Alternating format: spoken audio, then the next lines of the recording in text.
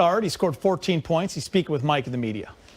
Hey, Wesley, you've had a long, consistent career of hitting threes. Just this year, small sample size, it's been, hot streaks. What have you seen from the way you're getting your shots and how that certain nights like this one seem to build upon themselves?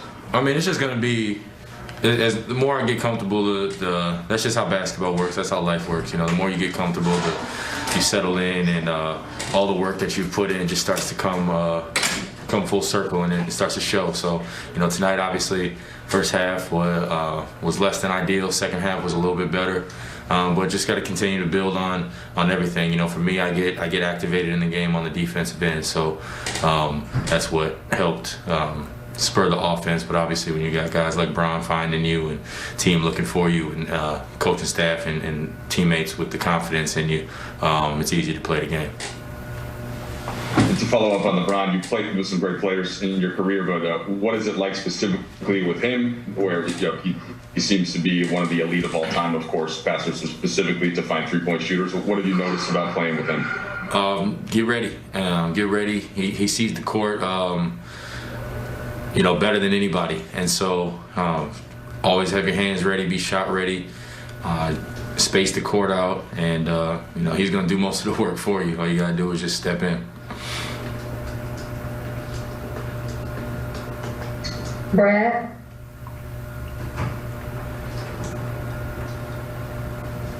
Wes, when you started the season 0 for 8 from three-point range, where was your confidence level at that point when you were sort of veteran that you knew eventually the shots would go in? I mean, it's just law of averages. I wasn't too worried about it. I was 0 for 8, but what I think I had to do was one shot in the first quarter, one shot in the third quarter. One game, another game, it was maybe 2 shots in the first quarter, maybe a shot in the first, shot in the second. It was sporadic. So, I'm not going to get hung up on that. A coach, I forgot at what point in my career, and I wish I remember who exactly said it, but they kind of broke it down to a sample size for me. There was like, look at it over a 5-game streak.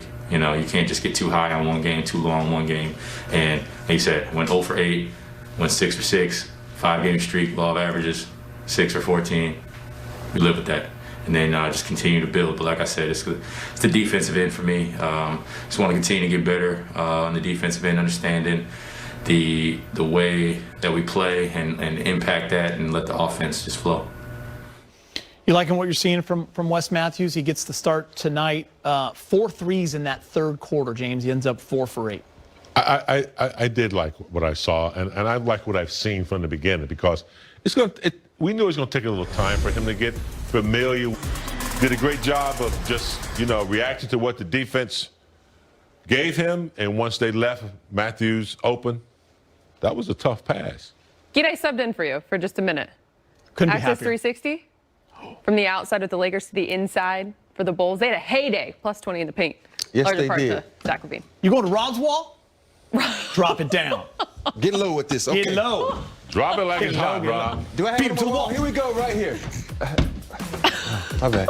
Right here, you got to understand, this is a play that everybody in the NBA runs right here. It's a will play. And Zach LaVine knows exactly. I got slow poke Marcus on him. I'm going to go around him and go to the hole and dunk on him. You got to find a way to stop this player, stop that pass. Here we got another pick and roll coming at the elbow. What does it do? It leaves the paint wide open. He sets him up beautifully. Like he's going to go over, and he denies, goes against the pick, goes to the hole, lays it up off the glass for another 2 points. And an and one. Here you got another high pick and roll right here. Look, this time he uses, it's a slip pick. So he just hit him with this reverse pick, but now he's going around. But nobody comes to help, because it's not THT's fault, but it's Kuz's fault with not getting over and stop that. You got to play some team defense. Here, another thing. You know what he just did? He set him up so beautifully again, but you think he's going to take the pick, but nope. He don't want the pick and goes. This is what impresses me the most about Zach LaVine. He avoids Trez. He knows Trez is the #1 guy in the NBA at picking up charges. So with his athletic ability, he avoids him for an easy 2. Rob to the block. He's like Jenny First of all, on the I love block. that chair. Rob, he don't go to the wall. He just go around the corner to the block. Hey, efficiency of movement. You know that's how I play, James. I feel you. This is the best thing to ever happen to your TV career. You love this thing right here, don't you? I do. I got a new toy. Got a new toy. I know listen, Lakers win. We're always happy, but let's talk about where they need improvement. We mentioned this in the pregame show. Points in the paint tonight. James, how many do you think? I know it was 24 in the first half. 62 total. No, it's 24 in the first quarter, big game. And here's the thing. The Lakers locked up in that third quarter, and that's how they got that 7 to 9 point lead. They did it again in the fourth. But teams are attacking them there, especially without AD. There's just no fear. And you had mentioned this in the pregame show. You know, without legitimate shot blockers in this league, you're going to find guards and wing players that are it's hard to stop them from getting in there, Geeta.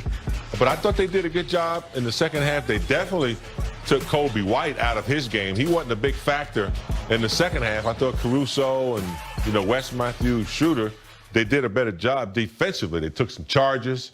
Montrose stepped up. They blocked some shots from the weak side. So they found ways to, you know, correct that problem. But still, Chicago, they got several players. Young in the paint. He's a monster in there with that left hand. So some nights you're going to have teams that have players that are talented enough to get in there. You just have to figure out a way to stop them in spurts. Ali, AD said it after the last game when he was frustrated. He said it wasn't the effort. We didn't play any defense. So when this team does lock in, they've shown us in spurts and in moments. Yeah. Right? And that's what I think, you know, at the end of the day, because Alex Caruso kind of followed up with that as well on post-game Zoom last night with myself, was that they were nonchalant. They were coming off that road trip. Here they are on the back end of a back-to-back. You're down one of your best defenders in KCP on the perimeter, but then you add to it your best rim protector with Anthony Davis. But I think for them to know and understand that it needs to be fixed, they've done it before, just digging in a little deeper. But it starts out at the front, because when you're without who they used to have in the big guys with Dwight and JaVale, it's no excuse. But the communication, the ability to lock up and defend from 30 feet out all the way back is a must. I think you said it. You know, sometimes during the game, Rob, you don't have shot blocking, and you just have to dig deep. And that's what they did. They dug deep. You have to rotate, because there was possessions in that game where they were helping each other out. Trez was coming over, and they were rotating really fast. So it's just all about communication and understanding your role. Wes Matthews got the start. He scored 14 points. He's speaking with. He wanted to go to the cup. Montrez cut him off, and he had to pull up for a quick jumper. I don't think it was the most comfortable one, but I thought good defense down the stretch. Final score 117 to 115. As Big Game said, a fun, entertaining game. Loved watching it. Lakers are 7-3 through 10 games this season. LeBron led the way with 28 points. Zach LaVine, 38 for the Bulls. Montrez, 17 and 14. Schroeder with 17. Let's hear from Frank Vogel. He's speaking with Mike in the media. Hey, Frank, how much credit do you get for that brilliant game-ending play when Schroeder was fast? Well, that's one of the areas we want to get the ball in is we can throw it in the backcourt. With all that space, Bron's obviously a great passer in that situation, and Dennis has the speed to do that. But we have defined spaces where we want to put guys in that type of action to get it in.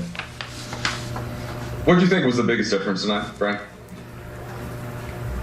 I think a lot of guys contributed. I think it was a team win. It was far from perfect, obviously. Our defense was, obviously missed AD. Probably with some, we're struggling with some coverages. Kuz knocked down a couple of threes. Keith hit a big three late. Trez obviously was terrific. Bron carried a big load. He and Dennis worked together well in the pick and roll. And, Wes got real hot too. In that third quarter. I think he had 4 threes, maybe all in that third. So I think we just, we hung in there. It was we weren't playing our best basketball, second night back to back, but we hung in there, competed, and grinded it out. Kyle?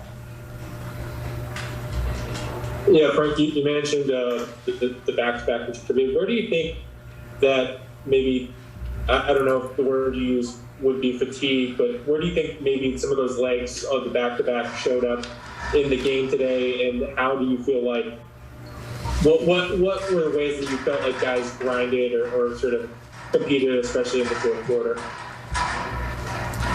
Honestly, really all the ways I just said. I went through the list of our roster of all the ways our guys contributed, but our competitive spirit and will to win a basketball game, was at a high level. Obviously we were 2-3 at home coming into the game. We want to have a winning record at home, obviously, and we just grinded out the game. Bill? Hey Frank, it was obviously a different starting lineup with Markeith and Wesley. Just how did you get there, and what kind of inspired that change, and what do you think of it? Yeah, just managing the roster. I mean, the Wes Matthews matchup was about him being in the Bulls division the last 2 years and getting a lot of reps guarding Zach and the familiarity piece.